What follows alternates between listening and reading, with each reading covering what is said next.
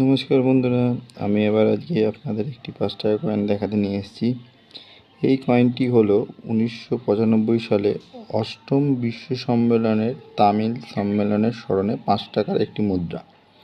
এই মুদ্রাটি তামা ও নিকেল মুদ্রা দিয়ে তৈরি করা হয়, যার ব্যাস ছিল ২৩ মিলিমিটার এবং ওজন ৯ গ্রাম।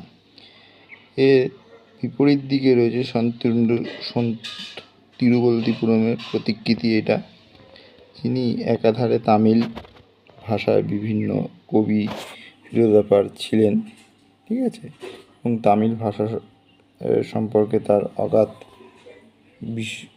জ্ঞান ছিল, এবং তারই জন্য তার কথা স্মরণে রেখেই ১৯৯৫ সালে অষ্টম তিরুবল্লীপুরমে তামিল কনফারেন্স রাখা হয় ওনার নামানুসারে।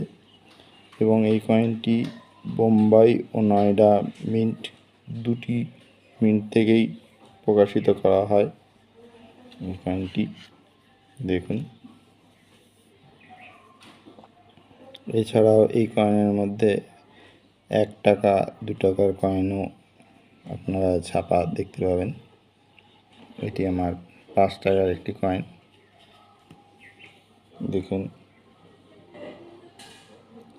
এবং এটি বোম্বে মিন্টের।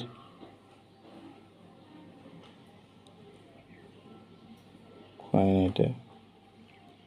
ঠিক আছে বন্ধুরা, যদি আপনাদের এই ভিডিওটি ভালো লাগে তাহলে অবশ্যই লাইক করে দেবেন ও কমেন্টস করবেন।